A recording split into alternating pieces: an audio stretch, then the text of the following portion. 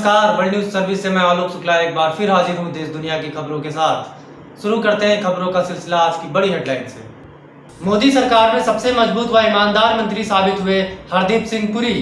बनारस से senior citizen forum के chairman mister S Pandey ने WNS से हुई खास बातचीत में कहा कि मोदी सरकार में नागरिक उड्डयन मंत्री हरदीप सिंह पुरी का कार्य बहुत ही संतोषजनक रहा है।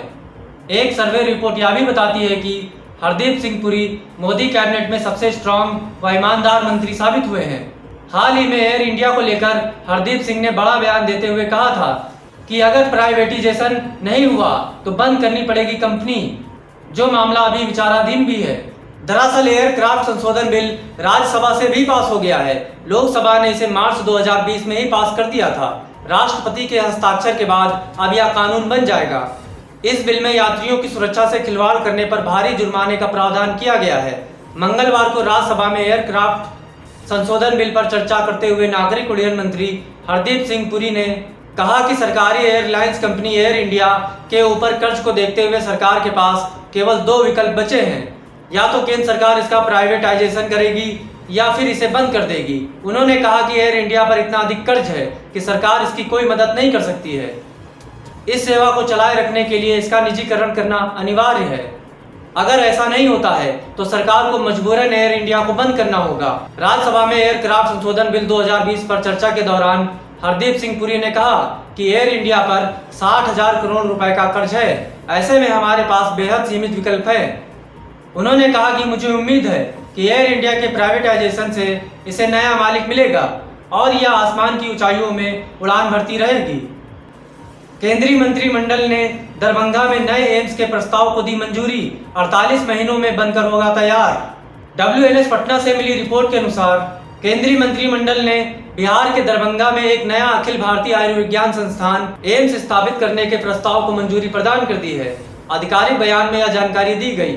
प्रधानमंत्री नरेंद्र मोदी की अध्यक्षता हुई केंद्रीय मंत्रिमंडल की बैठक में इस आशय के प्रस्ताव को मंजूरी दी गई है। आधिकारिक बयान में कहा गया है कि इस संस्थान की स्थापना प्रधानमंत्री स्वास्थ्य सुरक्षा योजना के तहत की जाएगी और इस पर कुल 1264 करोड़ रुपए की लागत आएगी। इसमें कहा गया है कि नए एम्स का निर्माण कार्य केंद्र की मंजूरी की तिथि से 48 महीने में पूरा हो जाएगा। पूर्व प्रधानमंत्री चंद्रशेखर के जीवन पर बन रही है film the hero of the emergency Chandrashekhar, जिसमें अभिनेता का किरदार गुजराती फिल्म के सुपरस्टार राकेश पांडे व फिल्म निर्माता मुकेश पांडे हैं।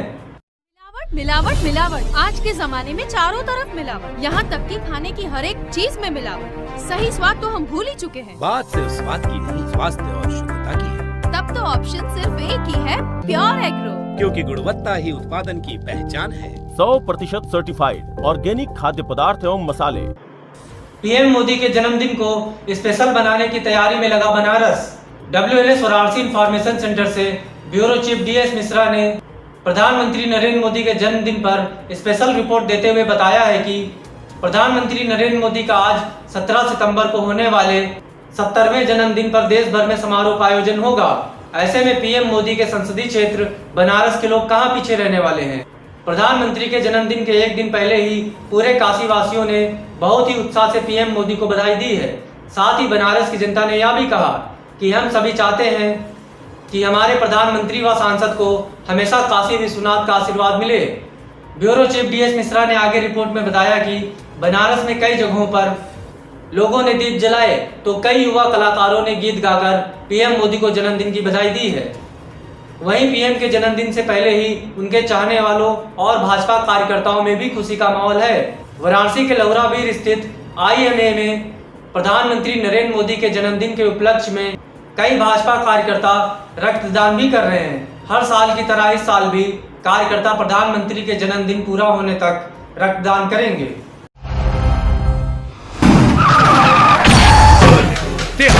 गलत खातिर खतरा, सच्चा खातिर सहारा, माँ शीतला के पूजे वाला, हम हैं गोविंद ठाकुर रिक्शा वाला। हम तो मेहनत के रोटी खाईला और मस्त में रिक्शा चलाईला। कितना अलग बा हमनी के रवाब, बोला रिक्शा वाला जिंदाबाद। गोविंद ठाकुर, मैं तुझे ऐसी मौत मारूंगा कि मौत भी तुझसे पूछेगी कि सिकंदर शेख कौन है।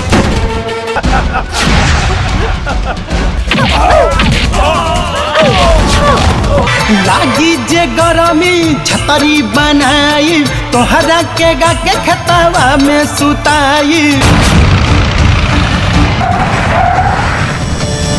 तेरे इन लोगों के सामने, तेरी माँ शीतला के सामने कुत्ते की मौत मारूंगा, कुत्ते की।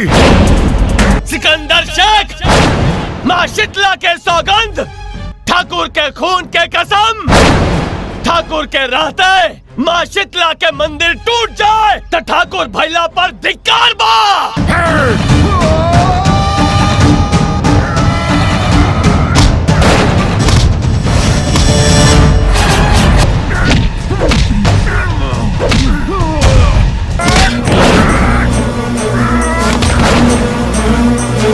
अपने शीतला माँ से बचा सके तो बचा ले। गोविंद उठा, उठा गोविंद।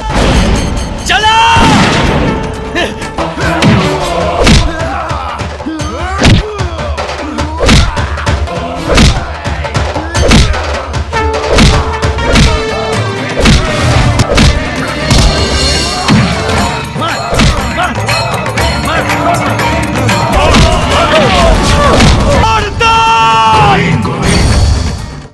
केंद्रीय मंत्री नितिन गडकरी पाए गए कोरोना पॉजिटिव, खुद ट्वीट कर दी इसकी जानकारी।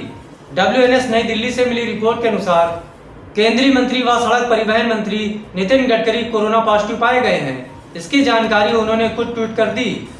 गडकरी ने ट्वीट कर कहा कि कल मैं खुद को कमजोर महसूस कर रहा था और अपने डॉक्टर से परामर्श किया। मेरे टेस्ट के दौरान मुझे कोरोना टेस्ट पॉजिटिव पाया गया है। मैं वर्तमान में सभी के आशीर्वाद और शुभकामनाओं के साथ अच्छा कर रहा हूं।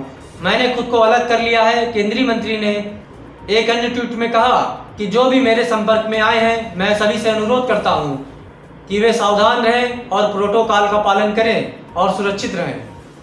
इसी के साथ आज की खबरों में बस यहीं तक। हम कल फिर हाजिर होंगे कुछ नई खबरों के साथ। तब तक के लिए नमस्कार।